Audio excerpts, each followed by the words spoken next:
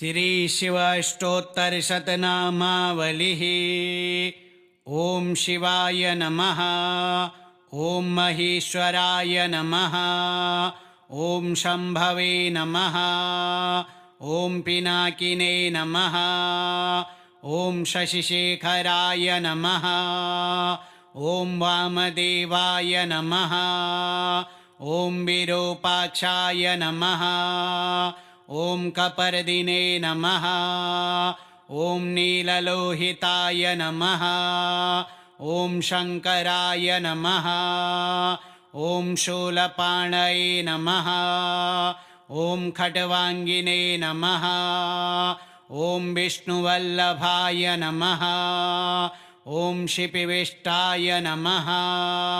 ॐ अम्बिकानाथाय नमः। ॐ श्रीकण्ठाय नमः। ॐ भक्तवत्सलाय नमः। ॐ भवाय नमः।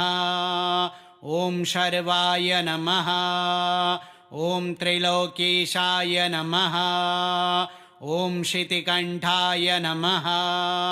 ॐ शिवाप्रियाय नमः। ॐ उग्राय नमः। ॐ कपालिने नमः। ॐ कामारये नमः। ॐ अन्धकासुरसूदनाय नमः। ॐ गङ्गाधराय नमः। ॐ ललाटाक्षाय नमः। ॐ कालकालाय नमः। ॐ कृपानिधये नमः। ॐ भीमाय नमः। ॐ परशुहस्ताय नमः। ॐ मृगपाणये नमः। ॐ जटाधराय नमः। ॐ कैलासवासिने नमः। ॐ कवचिने नमः। ॐ कठोराय नमः। ॐ त्रिपुरान्तकाय नमः। ॐ वृषाङ्काय नमः। ॐ वृषभारूढाय नमः। ॐ भस्मोद्धूलितविग्रहाय नमः। ॐ सामप्रियाय नमः। ॐ स्वरमयाय नमः। ॐ त्रिमूर्तये नमः। ॐ मनीश्वराय नमः। ॐ सर्वज्ञाय नमः। ॐ परमात्मने नमः। ॐ सोमसूर्याग्निलोचनाय नमः। ॐ हविषे नमः। ॐ यज्ञमयाय नमः। ॐ सोमाय नमः। ॐ पञ्चवक्त्राय नमः। ॐ सदाशिवाय नमः। ॐ विश्वेश्वराय नमः। ॐ वीरभद्राय नमः। ॐ गणनाथाय नमः। ॐ प्रजापतये नमः। ॐ हिरण्यरेतसे नमः। ॐ दुर्धर्षाय नमः। ॐ गिरीशाय नमः। ॐ अनघाय नमः। ॐ भुजङ्गभूषणाय नमः। ॐ भर्गाय नमः। ॐ गिरिधन्वने नमः। ॐ गिरिप्रियाय नमः। ॐ कृत्तिवाससे नमः। ॐ पुरारातये नमः। ॐ भगवते नमः। ॐ प्रमथाधिपाय नमः। ॐ मृत्युञ्जयाय नमः। ॐ सूक्ष्मतनवे नमः। ॐ जगद्व्यापिने नमः। ॐ जगद्गुरवे नमः। ॐ व्योमकेशाय नमः। ॐ महासेनजनकाय नमः। ॐ चारुविक्रमाय नमः। ॐ रुद्राय नमः। ॐ भूतपतये नमः। ॐ स्थाणवे नमः। ॐ महिर्बुधन्याय नमः। ॐ दिगम्बराय नमः। ॐ अष्टमूर्तये नमः। ॐ अनेकात्मने नमः।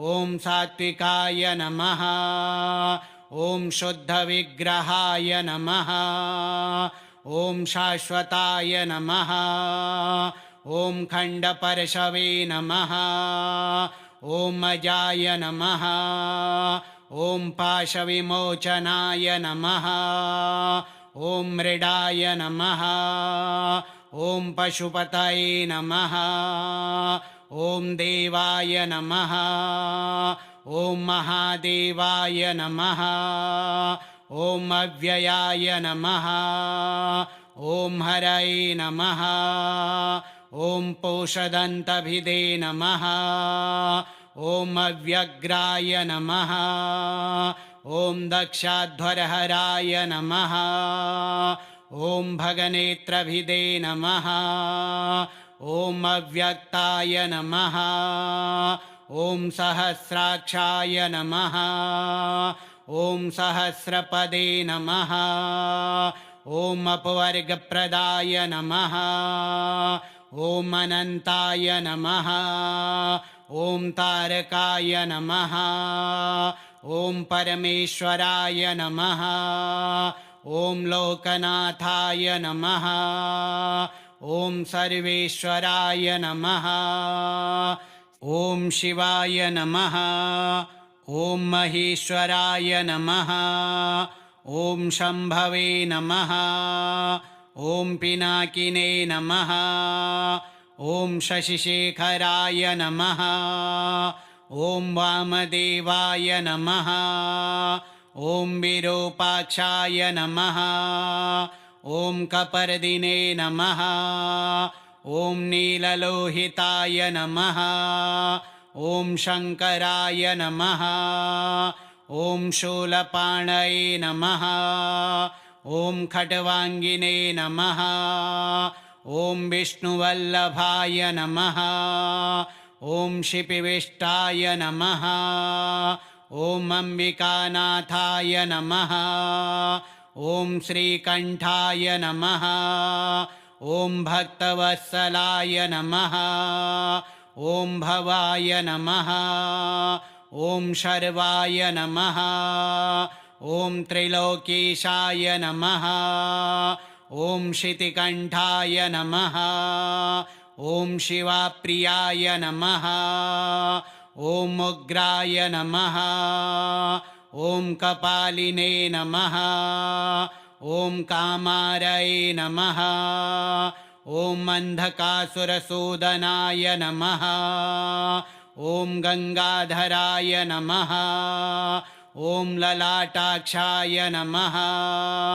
ॐ कालकालाय नमः ॐ कृपानिधये नमः ॐ भीमाय नमः ॐ परशुहस्ताय नमः ॐ मृगपाणये नमः ॐ जटाधराय नमः ॐ कैलासवासिने नमः ॐ कवचिने नमः ॐ कठोराय नमः ॐ त्रिपुरान्तकाय नमः ॐ वृषाङ्काय नमः ॐ वृषभारूढाय नमः ॐ भस्मोद्धूलितविग्रहाय नमः ॐ सामप्रियाय नमः ॐ स्वरमयाय नमः ॐ त्रिमूर्तये नमः ॐ मनीश्वराय नमः ॐ सर्वज्ञाय नमः ॐ परमात्मने नमः ॐ सोमसूर्याग्निलोचनाय नमः ॐ हविषे नमः ॐ यज्ञमयाय नमः ॐ सोमाय नमः ॐ पञ्चवक्त्राय नमः ॐ सदाशिवाय नमः ॐ विश्वेश्वराय नमः ॐ वीरभद्राय नमः ॐ गणनाथाय नमः ॐ प्रजापतये नमः ॐ हिरण्यरेतसे नमः ॐ दुर्धर्षाय नमः ॐ गिरीशाय नमः ॐ अनघाय नमः ॐ भुजङ्गभूषणाय नमः ॐ भर्गाय नमः ॐ गिरिधन्वने नमः ॐ गिरिप्रियाय नमः ॐ कृत्तिवाससे नमः ॐ पुरारातये नमः ॐ भगवते नमः ॐ प्रमथाधिपाय नमः ॐ मृत्युञ्जयाय नमः ॐ सूक्ष्मतनवे नमः ॐ जगद्व्यापिने नमः ॐ जगद्गुरवे नमः ॐ व्योमकेशाय नमः ॐ महासेनजनकाय नमः ॐ चारुविक्रमाय नमः ॐ रुद्राय नमः ॐ भूतपतये नमः ॐ स्थाणवे नमः